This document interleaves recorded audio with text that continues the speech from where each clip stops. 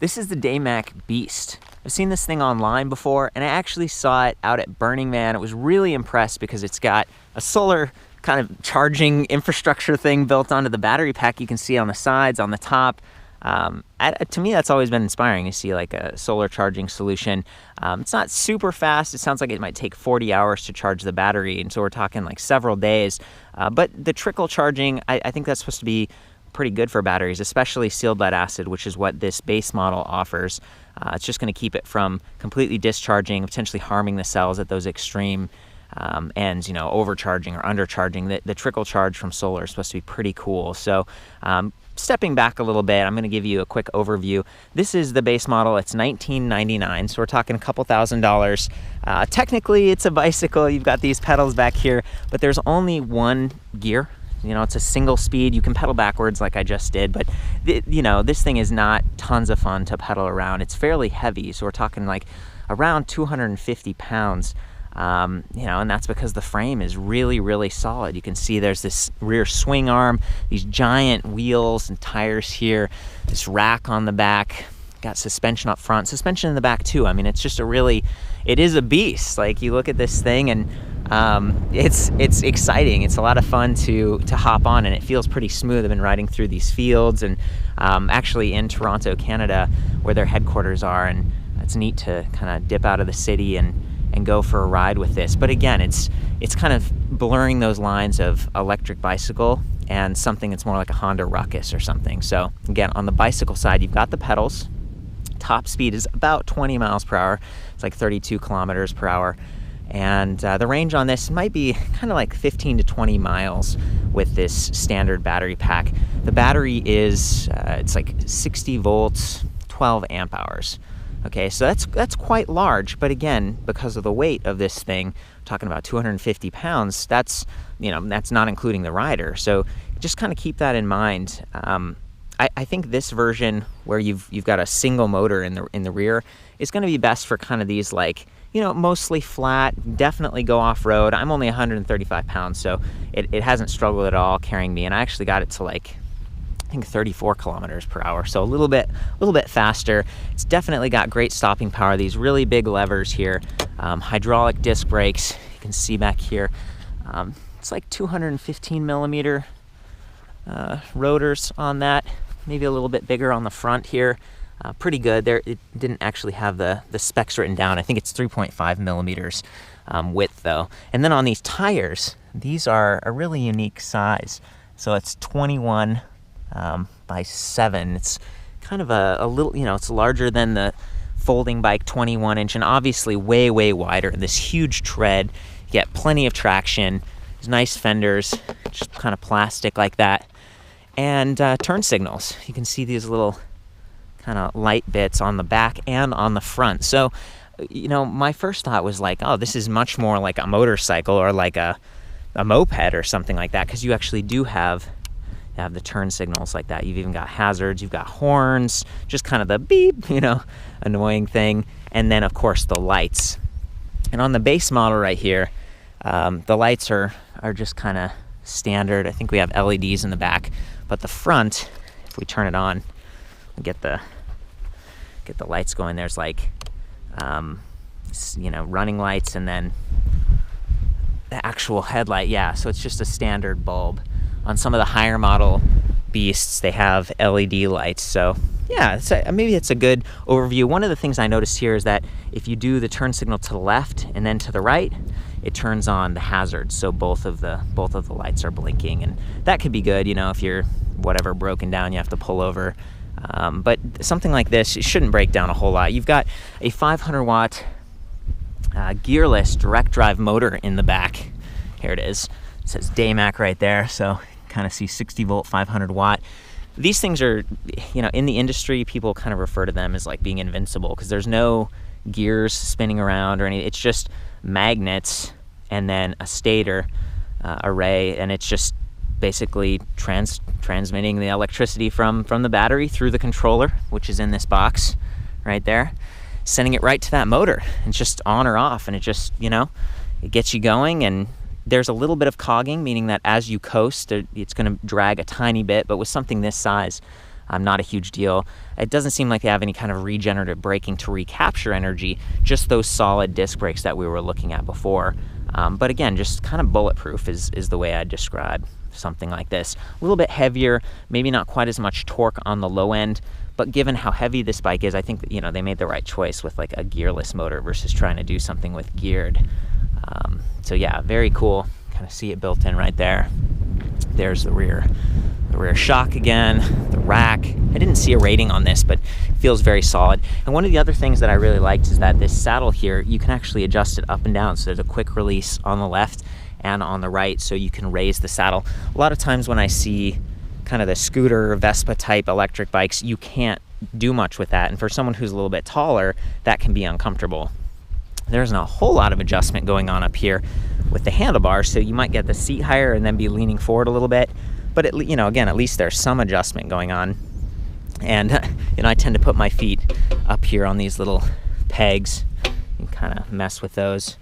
And then there is supposed to be kind of like a cadence sensing disc. I didn't see it on this one, but basically if you really wanted to, if you were sitting on this and you were actually trying to pedal, that might be another way to activate the motor. But I mean, frankly, this twist throttle works great, and that's what you're going to be using most of the time. It's the most comfortable. It feels natural to have your feet kind of forward like this, and it's very comfortable. So a minute ago, you know, I inserted the key like this, turned it on, and you can see it's giving us sort of like a temperature readout, 34 degrees Celsius. We've got 5 different ticks on the battery level indicator, 63.4 volts. So the voltage kind of drops as you use more of the battery. We've got our speed over here in kilometers per hour, and then we've got sort of an odometer. And if I turn on the turn signal over here, kind of see that start to flash up there. So, you know, very, very standard, very easy to understand. It's actually backlit, a little bit of a blue glow. You can't see it right now because it's super bright out, but that was nice too for night riding. This thing's really well equipped, and you know, I feel a little bit awkward maybe riding with it on a bike trail or something, just because it is so big. But technically, again, it does qualify as like a low-speed electric bike, even though it's really heavy, because you're below that 20 mile per hour top speed, and you're less than 750 watt motor. So this is like kind of a class 2 electric bike. Very cool. Hey, Blain. Hi, how are you? Doing really well. So thank you for your help here. I wanted to just showcase the battery a little bit more. There's a lot of juice in this thing, and the whole solar charging, and it's interesting. It's definitely piqued my curiosity, and one of the benefits that it offers is sort of like backup power, right? Like right. if maybe you're not riding the bike, but you're home and the electricity goes out, you're tapping into a great source of power here. It could power a little TV or a fridge or right. Just kind of anything. And you know, I wanted to take that off. We were weighing it earlier, and it seems like it was like 62 pounds or something like Roughly, that. Yeah. For the sealed lead acid version. Oh, and here's the charger. Yeah, thank you. And it's a fan cooled charger as well. Very cool. Yeah, and it's really light. I mean, we're talking like a couple pounds here, pretty small, so you could take it in your backpack. The solar charging is cool, but you know, it does take a while, so it's nice that you can actually just use a standard wall charger. So what I'm going to do here is I'm going to disconnect the battery. I'm going to come over to this side. I'm going to take my key. I'm going to put it into the lock here. That unlocks the floor. Okay, cool. Kind of a frame thing. Very simple. These handles are to help you lift it out. Thank you. Oh, perfect. Yeah, you can just set it just perfect like that. Thanks, man. You got. There's a handle on the other side too, right? Yes, there is. So you can charge the battery while it's out of the bike, or you also have a port here to charge while the battery is in the bike. That's awesome. This is your USB, your 110. Yeah, love it. And then there's some sort of a battery on one. That's when it's doing the solar charge. Oh, interesting. Put that on 1, yeah. And then at 0, what is that? That's off. Shuts the battery off. And then when you want to ride with the bike, is that 2 or? You could do it in 2 or 1. Oh, okay. I have on mine. Okay. Well, yeah, this is really cool to see up close. Definitely one of the areas adds a little bit of value with this bike. So you're getting more than just a fun, adventure platform. You're also getting some backup power. So yeah, that's great. I'm going to go ahead and hop on this thing and cruise around a little bit and then maybe get some ride footage. Thanks again, bud. Okay, so here we go. Turned it on. Kickstand is up. we just get over here and twist, and there it goes. I am flooring it right now. Whoa.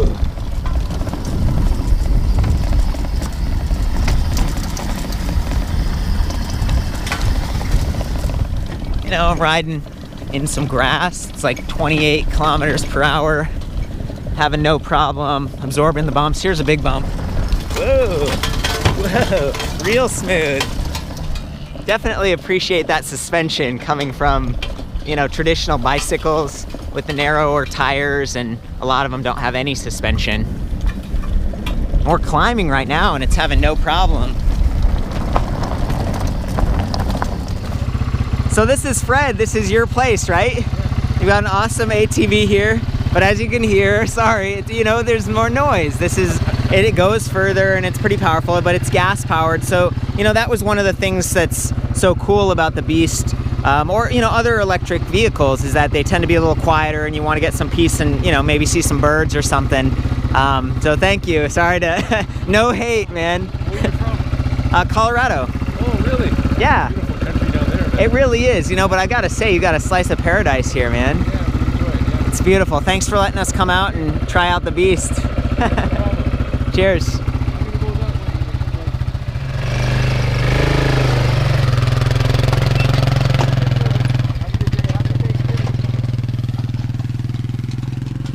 And by contrast, I'm just gonna hop on one of these and, you know, again, see if you can hear the noise produced. So this one's already on.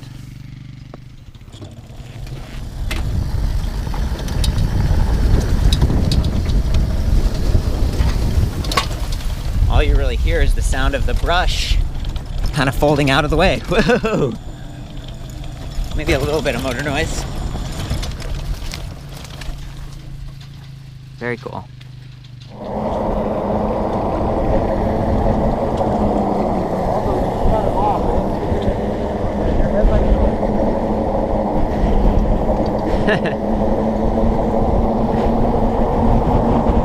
Damn you!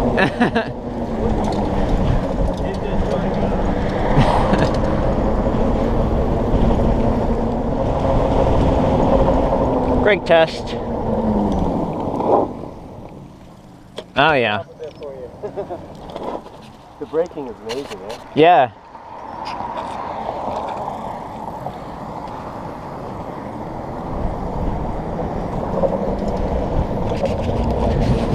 Been riding for, you know, 40 minutes or something, and batteries, you know, it says fully charged, but then when you twist the throttle, you know, the voltage dips and it goes down to 3 bars. So again, I think it's something like, you know, 15 miles per charge, something like that.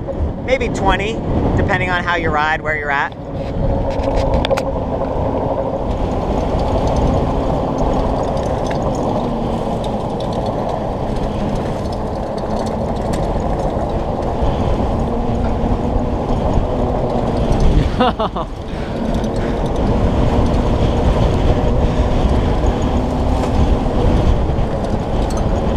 Nice.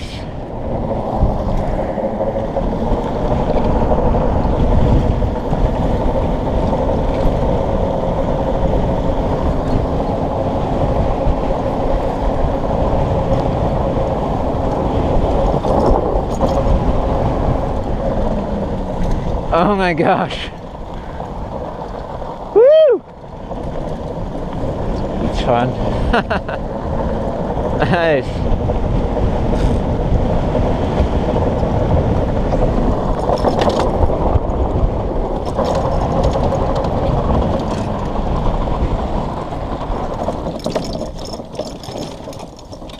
Pretty sweet, eh? Oh yeah. This is my playground.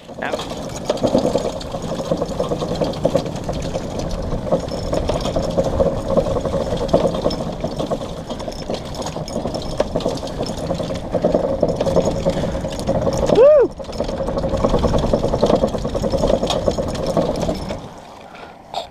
You can hear occasionally, you know, depending on the terrain, this kickstand can get snagged a little bit, or it can be bouncing. You know, we're definitely taking it off-road here and at pretty high speed, so just kind of keep that in mind depending on where and how you intend to ride. There's still that nice big back kickstand, more of like a traditional motorcycle stand, so you know, a lot of good options.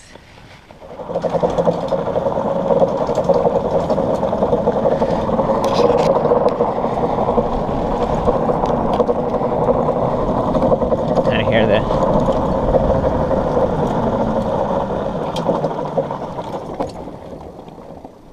One of my favorite spots here. yeah. Very quiet.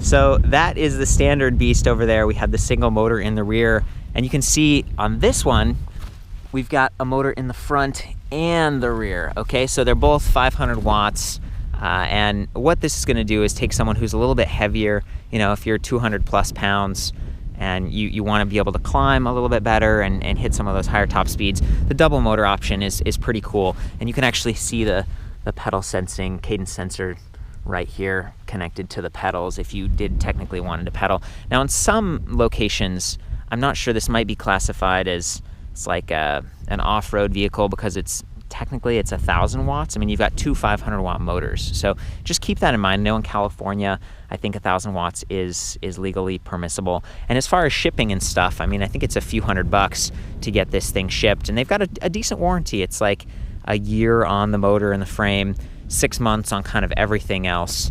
And the sealed lead acid batteries aren't going to last quite as long as some of the higher level Deluxe. You know, it comes with a lithium ion, but those get much more expensive. So again, it's like $32.99 if you want the double motor option. Otherwise, you're just kind of looking at that standard beast for $19.99, which, you know, as you see with the ride tests and stuff, it works pretty well. It's still a lot of fun, but it's not motorcycle speed. You're not going, you know, it's a low speed electric bike. And that's part of the classification with the pedals and stuff. So very cool.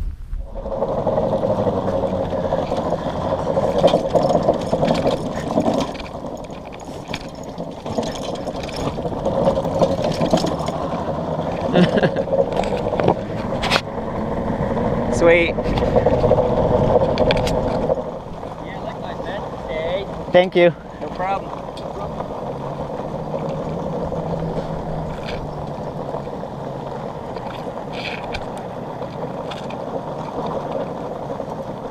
Thank you. You too.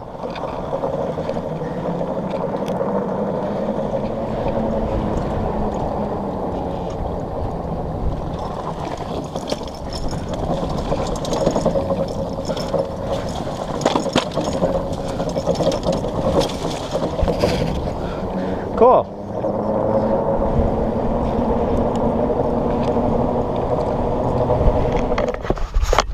Sweet. Thanks for volunteering, Blain.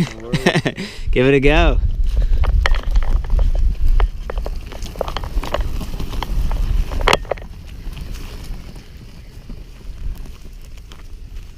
Sweet. It's that standing position. Sometimes that feels comfortable.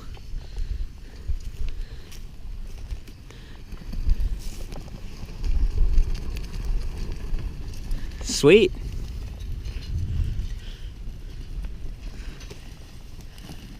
Nice. Very cool. Yeah, I love the suspension. It's a very comfortable ride.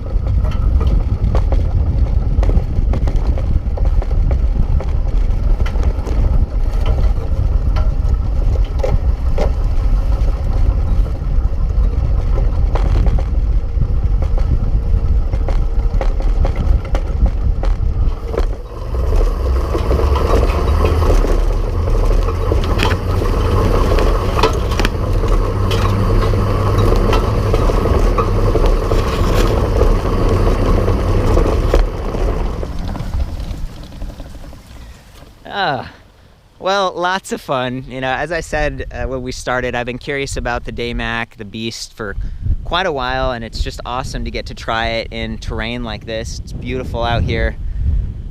For the full write-up on this with specs and everything, I'll see you back at ElectricRideReview.com. And Daymak has some other models. You know, they have some higher powered, more expensive beasts, as well as some electric bikes. So keep an eye out for those, and as always, ride safe.